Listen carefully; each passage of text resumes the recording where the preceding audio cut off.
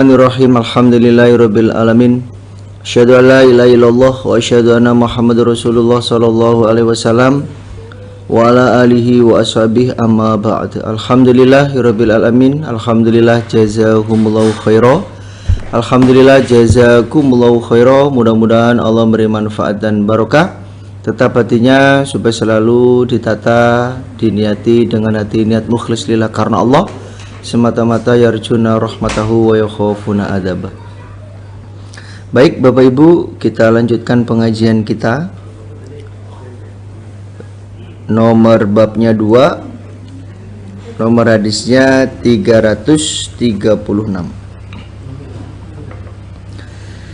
A'udzu billahi minasyaitonir rajim. Bismillahirrahmanirrahim. Babun bab idza lam yajid, ketika tidak menjumpai siapa orang, ma'an pada air,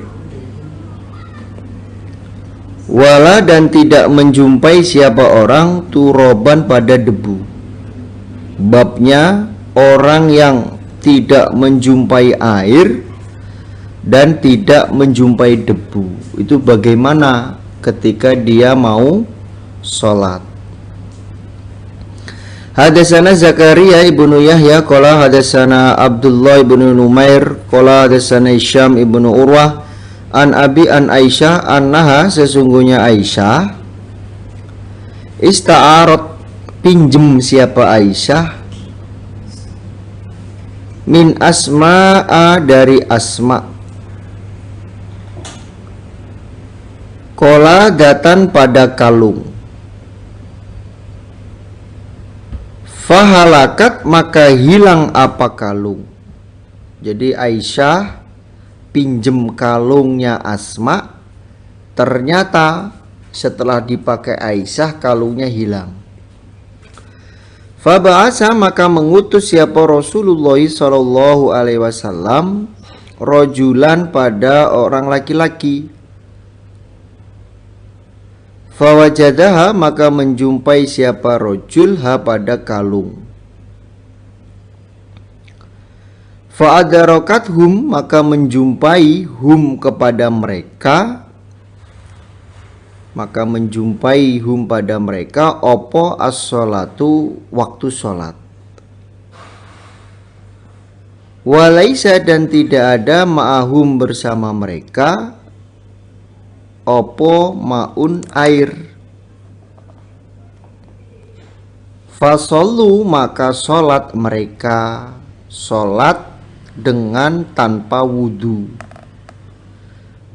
dengan tanpa wudu. Dan memang pada waktu itu belum turun ayat tayamum, sehingga mereka mengerjakan sholatnya itu dengan tanpa wudu. Seperti hadis kemarin, Nabi tidur di pangkuannya Aisyah, ternyata subuhnya kesiangan sampai kepanasan, lalu Nabi langsung sholat subuh tanpa wudhu, karena memang gak ada air dan sebelum turun ayat tayamum. Fasyakau maka lapor mereka dalika pada demikian itu, sholat tanpa wudhu, ila Rasulillah pada Rasulillah sallallahu alaihi wasallam. Fa'angzala maka menurunkan siapa Allah ayat tayamumi pada ayat tayamum, surat Al-Maidah ayat 6. Lalu mereka para sahabat melaporkan kejadian itu kepada Nabi, sholat tanpa wudhu. Maka akhirnya Allah menurunkan ayat tayamum.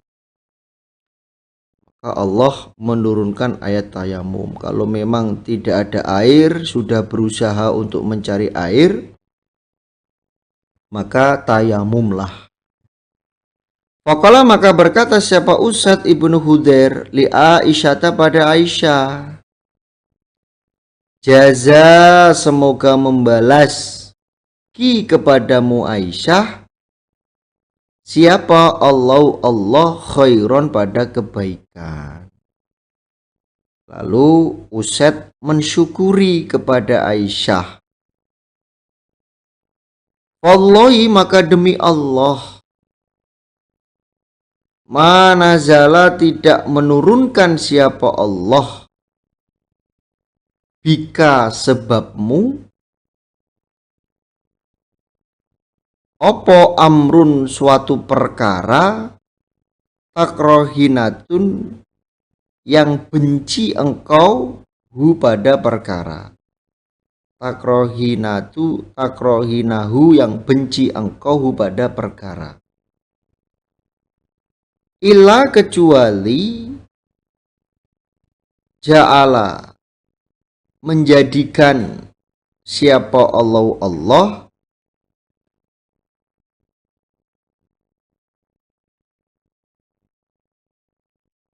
laki dalika pada demikian itu laki manfaat bagimu walil muslimina dan bagi orang-orang Islam fihi di dalam perkara khairon kebaikan. Jadi Usaid itu mensyukuri kepada Aisyah sebab perkara yang menimpa Aisyah, yang dibenci oleh Aisyah, kecuali Allah menjadikan kebaikan itu bermanfaat bagi Aisyah dan bagi orang-orang Islam yang lain. Jadi itu menjadi manfaat untuk Aisyah dan juga orang Islam yang lain karena turunnya ayat tayamum. Jadi kalau berdasarkan hadis ini, seumpama tidak ada air dan tidak ada debu, kemudian masuk waktu sholat, ya maka wajib mengerjakan sholat.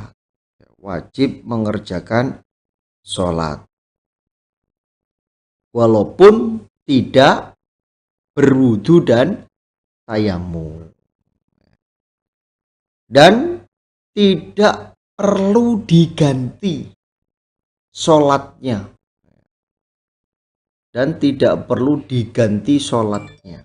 Contohnya perjalanan, kemudian dia sudah nyari air, nggak ketemu air, nyari debu, nggak ketemu debu yang kering. Akhirnya dia sholat tanpa wudhu. Ya sudah, sholat saja. Terus nanti ketika sudah sampai di rumah, itu tidak perlu mengganti sholatnya. Ya sama halnya seperti kita sedang bepergian contohnya, atau mungkin jalan-jalan ke Jepang tapi tidak membawa baju,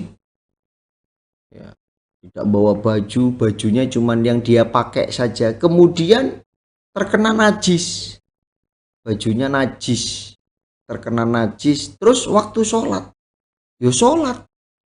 dengan pakaian yang najis itu. Ketika sudah sampai rumah, tidak perlu mengganti sholatnya yang dia sholat dengan pakaian najis. Itu ma'fu, diperbolehkan, nggak apa-apa, diperbolehkan. Karena apa? Karena itu termasuk dalam keadaan darurat. Kalau dalam hadis itu kan jelaskan daruratun tusihul mahdurah. Jadi dalam keadaan darurat itu diperbolehkan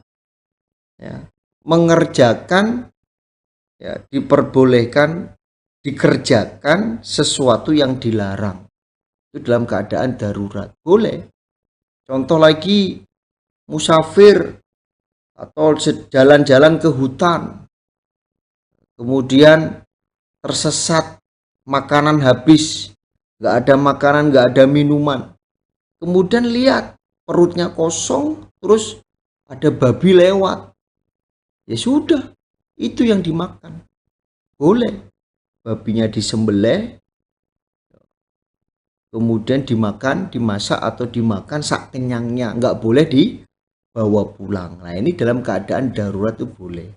Sama seperti sholat dalam keadaan pakaiannya najis karena tidak membawa pakaian.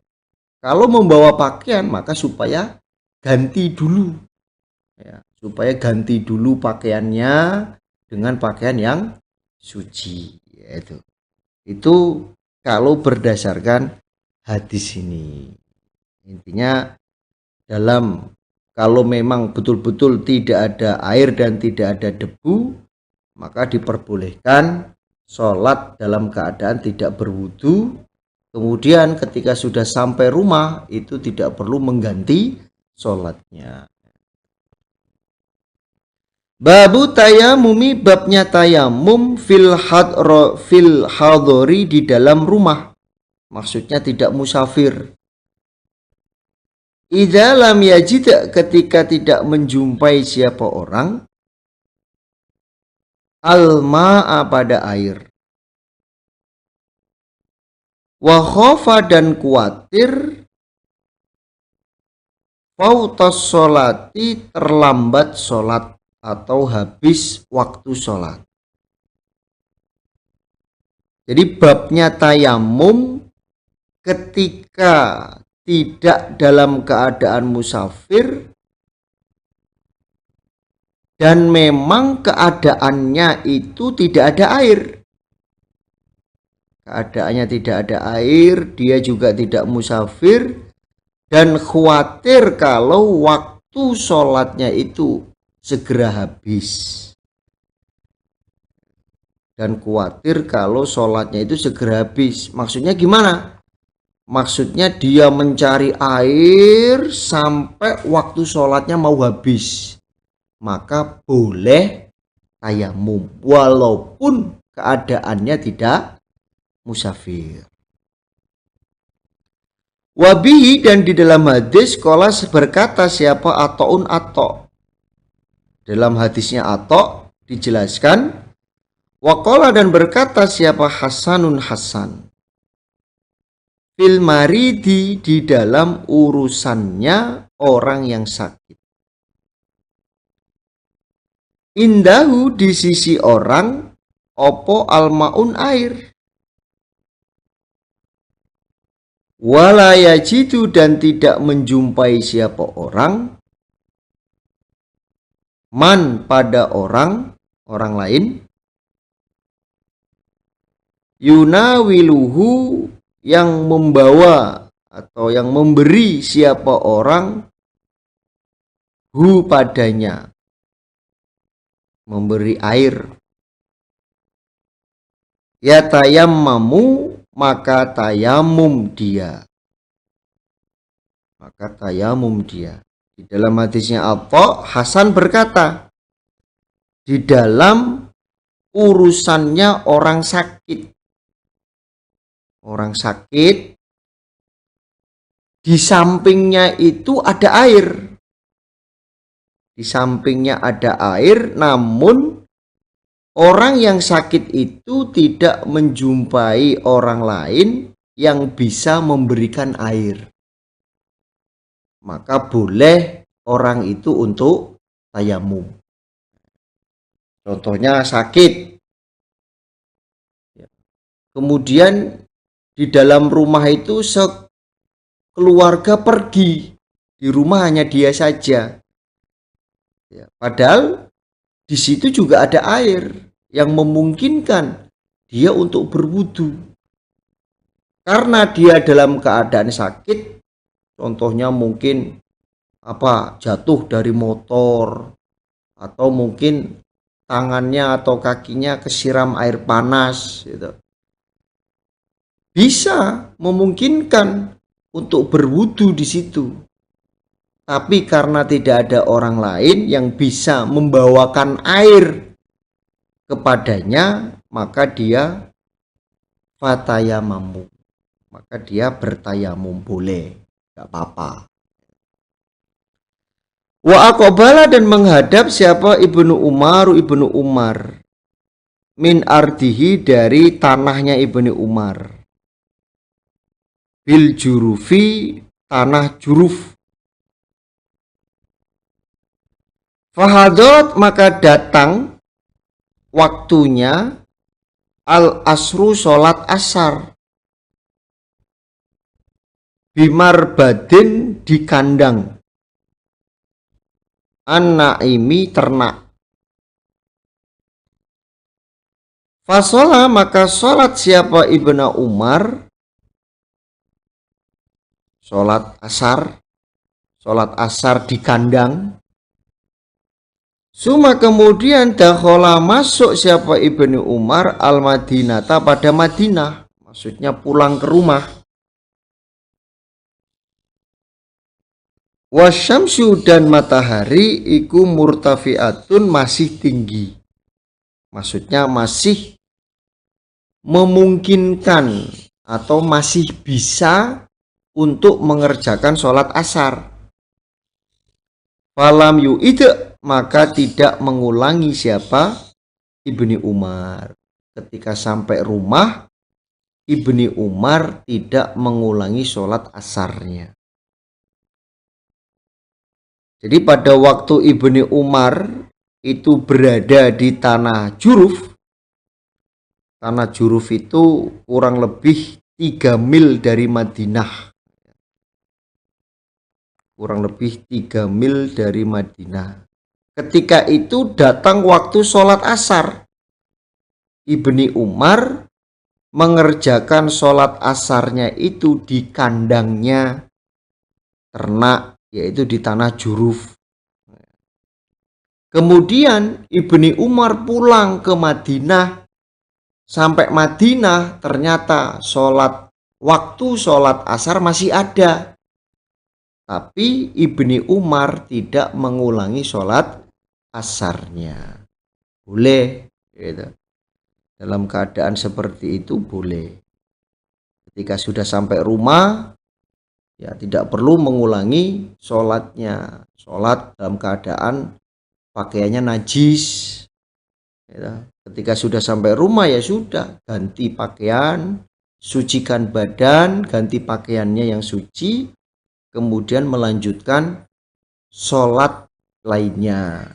Kalau memang pulangnya sampai rumah menjelang maghrib, contohnya tadi sudah sholat asar dalam keadaan pakaian najis, ketika sampai rumah menjelang maghrib, ya sudah, bersihkan badannya, sucikan badannya, pakai pakaian suci, kemudian mengerjakan sholat maghrib. Itu boleh, tidak perlu mengulangi sholat asarnya.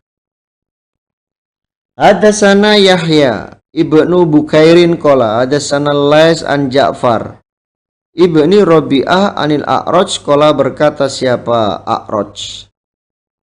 Sami itu mendengar aku Umairon pada Umair, rupane maula Ibni Abbas, bekas budaknya Ibni Abbas. Qala, berkata siapa? Umair. Aqbal tu menghadap aku. Anak aku wa Abdullah bin Yasar, rupane maula Maimunah, bekas budaknya Maimunah, yaitu zaujin Nabi, istrinya Nabi Shallallahu Alaihi Wasallam. Hatta sehingga dakhalna, masuk kami, ala Abi Juhaimi, atas Abi Juhaim ibni Haris ibni Somah al-Ansori. Faqala, maka berkata siapa? Abu Juhaim al-Ansori. Aqbala, menghadap siapa? Rasulullah Shallallahu Alaihi Wasallam,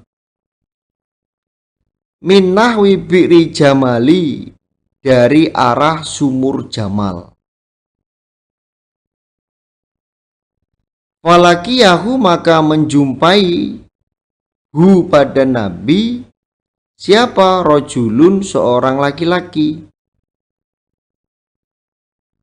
Fasalama maka salam siapa rojul alaihi atas Nabi. Falam yarudda maka tidak menjawab alaihi atas rojul siapa? An-Nabiyu Nabi Shallallahu Alaihi Wasallam. Jadi Umair bersama Abdullah bin Yasar, bekas budaknya Maimunah, yaitu istrinya Nabi. Ketika mereka berdua sampai pada Abi Juhaim, lalu Abi Juhaim menyampaikan bahwa Nabi dari arah Sumur Jamal mau pulang ke Madinah. Di dalam perjalanannya Nabi itu ketemu seorang laki-laki yang mengucapkan salam, namun Nabi tidak menjawab salamnya. Hatta sehingga Aqbala menghadap siapa Nabi alal jidari atas tembok. Famasaha maka mengusap siapa Nabi biwajhihi pada wajahnya Nabi, wayadaihi dan kedua tangannya Nabi. Suma kemudian roda menjawab siapa Nabi alaihi atas rojul assalama pada salam. Jadi Nabi tidak menjawab salamnya rojul itu sampai Nabi menghadap tembok. Kemudian Nabi mengusap pada wajahnya dan kedua telapak tangannya. Maksudnya Nabi tayamum. Kemudian setelah tayamum Nabi menjawab salamnya rojul tersebut. Jadi Nabi tidak menjawab salam karena Nabi membuang hajat.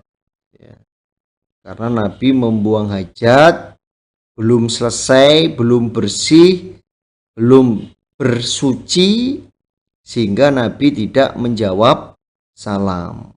Setelah Nabi bersuci, kemudian Nabi tayamum, lalu Nabi menjawab salamnya rojul tersebut. Babul mutayammimi, babnya orang yang tayamum.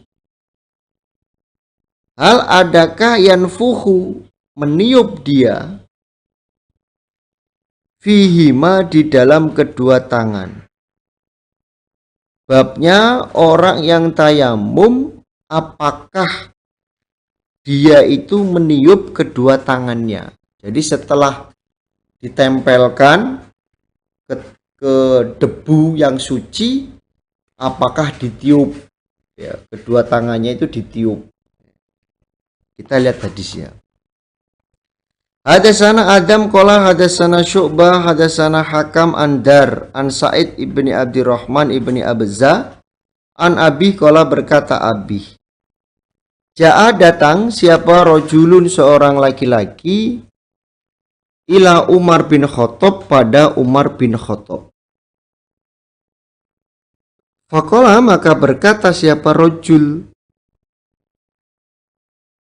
ini sesungguhnya aku ajak nabatu junub aku, maksudnya menanggung junub atau belum junub. Falam usibi maka tidak menemui aku al-ma'a pada air. Al-ma'a pada air. Wahai Pak Umar, saya ini dalam keadaan belum junub. Ya, belum junub. Terus saya tidak menjumpai air. Faqala maka berkata siapa Ammarun Ammar ibni Yasarin, yasirin li Umar bin Khattab pada Umar bin Khattab. Ama tadkuru, adakah tidak ingat engkau Umar, anak aku,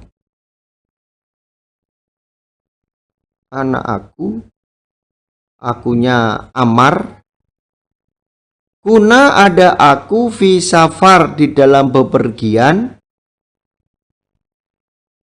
anak aku Ammar wa anta dan engkau Umar. Jadi kalau dalam hadis lain itu Umar bin Khattab menjawab, kalau keadaan kamu junub dan tidak menjumpai air, maka kamu tidak usah sholat sampai kamu ketemu air. Kemudian kamu mandi junub, baru kamu mengerjakan sholat. Itu pemahamannya Umar bin Khattab. Pokoknya ya harus sampai ketemu air. Walaupun sholatnya kelewat. Nanti kalau sudah ketemu air, kamu mandi junub, baru kamu mengerjakan sholat. Ini jawabannya Umar bin Khattab. Lalu Ammar mengingatkan kepada Umar bin Khattab, "Wahai Pak Umar, apakah engkau itu tidak ingat pada waktu kita bepergian, kamu dan aku itu menjalankan suatu pepergian, apakah kamu nggak ingat? Fa'amma anta, maka adapun engkau Umar, walam tusolli, maka tidak sholat engkau. Waktu itu engkau tidak sholat, engkau menanggung junub, yaitu mimpi pada waktu itu. Ammar dan Umar menanggung junub. Pada waktu masuk waktu sholat, kamu tidak sholat, Umar tidak sholat. Wa amma ana, dan adapun aku Ammar, fatamaktu, maka bergulung-gulung aku, bergulung-gulung dengan debu. Fasholaitu, maka sholat aku. Gak inget tak? Pada waktu kita musafir dalam keadaan menanggung junub, engkau tidak sholat, sedangkan aku bergulung-gulung dengan debu, kemudian aku sholat. Gak inget apa kamu kejadian itu? Pada kartu, maka menyebutkan aku Ammar, atau menceritakan aku Ammar, lin nabiyyi, pada Nabi SAW. Setelah Ammar gulung-gulung dengan debu, Ammar menceritakan kepada Nabi, nggak ketemu air, padahal menanggung junub, ya akhirnya dia mandi debu. Faqala, maka bersabda siapa Rasulullah, siapa an-Nabi sallallahu alaihi wasallam, inna makana, sesungguhnya ada, yakfika, mencukupi ka kepadamu Ammar, opo hakada, ini tayamum. Prakteknya fadoroba, maka memukulkan siapa an-Nabi sallallahu alaihi wasallam, bikaffaihi, pada kedua telapak tangannya Nabi, al-ardho, pada tanah. Wa nafakho, dan meniup siapa Nabi, fihima, di dalam kedua telapak tangan. Suma, kemudian masaha, mengusap siapa Nabi, bihima, dengan kedua telapak tangan, wajahahu, pada wajahnya Nabi, wakafaihi, dan kedua telapak tangannya Nabi. dan kedua telapak tangannya Nabi. Lalu Nabi bersabda pada waktu itu, sesungguhnya ini mencukupi padamu, hai Ammar. Kamu nggak perlu gulung-gulung di debu. Kamu cukup tayamum. Prakteknya Nabi memukulkan kedua tangannya pada tanah. Kemudian Nabi meniup kedua tangannya. Setelah itu Nabi mengusap dengan kedua telapak tangannya itu, diusapkan ke wajah dan ke telapak tangannya. Prakteknya seperti ini. Jadi ditempelkan ke debu, ya. Yang pertama, praktek yang pertama yang sesuai dengan hadis ini, ditempelkan ke debu telapak tangannya, kemudian ditiup, kemudian diusapkan ke wajah, ya. Setelah itu baru kedua telapak tangan, selesai. Itu yang pertama. Yang kedua, tidak ditiup tapi dikibaskan. Tempelkan ke pasir atau ke tanah yang kering suci, kemudian dikibaskan atau diginiin bisa, baru wajah, kemudian telapak tangan. Ini praktek tayamum. Kemudian yang ketiga, praktek tayamum yang ketiga, tempelkan, bismillah, tempelkan, kemudian dikibaskan, kemudian digosokkan ke tangan, ya, baru ke wajah,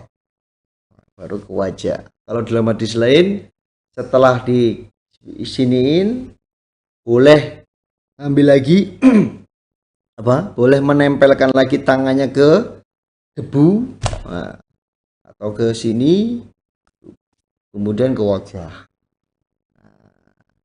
Jadi yang ketiga, jadi yang praktek yang ketiga, bismillah, ya, kemudian dikibaskan, kemudian digosokkan ke tangan, ambil lagi, ya, baru ke tangan. Jadi boleh dikibaskan atau tidak dikibaskan pun juga boleh.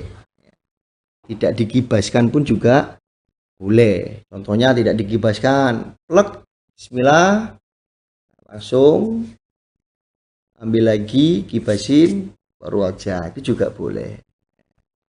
Itu di hadis lain jelaskan seperti itu. Praktek tayamum. Kemarin waktu di Kediri kita butuh haro itu, ya prakteknya dua praktek, ya, dua praktek yang dipraktekkan. Tapi intinya sama, ya. Intinya sama, yaitu praktek tayamumnya sama. Tangan dulu boleh atau wajah dulu boleh. Jadi kaitan dengan hadis ini, pada waktu Umar tidak sholat sampai ketemu air, ya, pada waktu Umar tidak sholat sampai ketemu air, adanya Umar tidak mau tayamum, itu yang pertama, Umar merasa nanti akan ketemu air sebelum habis waktu sholat. Ini keyakinannya Umar. Makanya Umar waktu masuk sholat itu, dia tidak langsung sholat karena dia mandi menanggung junub.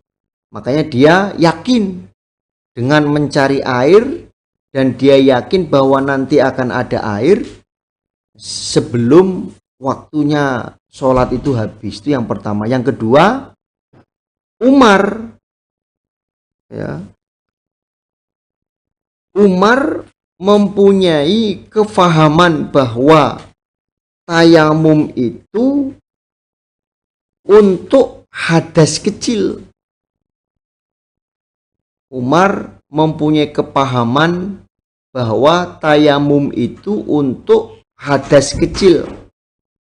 Hadas kecil batal kecil seperti kencing, berak, dan lain-lain, bukan untuk hadas besar, junub.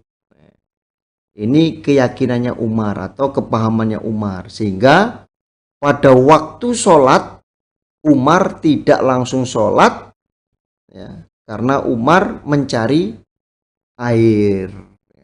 air sampai ketemu, kemudian mandi junub baru sholat. Ini kepahamannya Umar, kepahamannya Umar. Makanya yang diambil ya bahwa tayamum itu cukup, ya.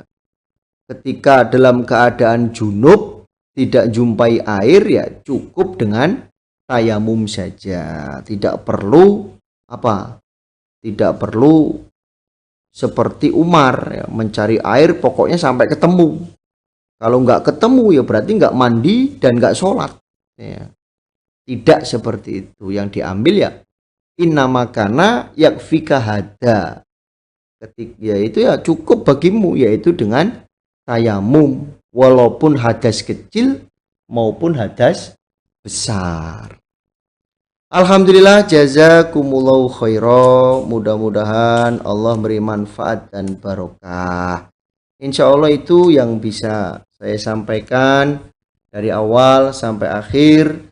Ada kata yang kurang pas, saya mohon maaf sebesar-besarnya. Akhirul kalam, wassalamualaikum warahmatullahi wabarakatuh.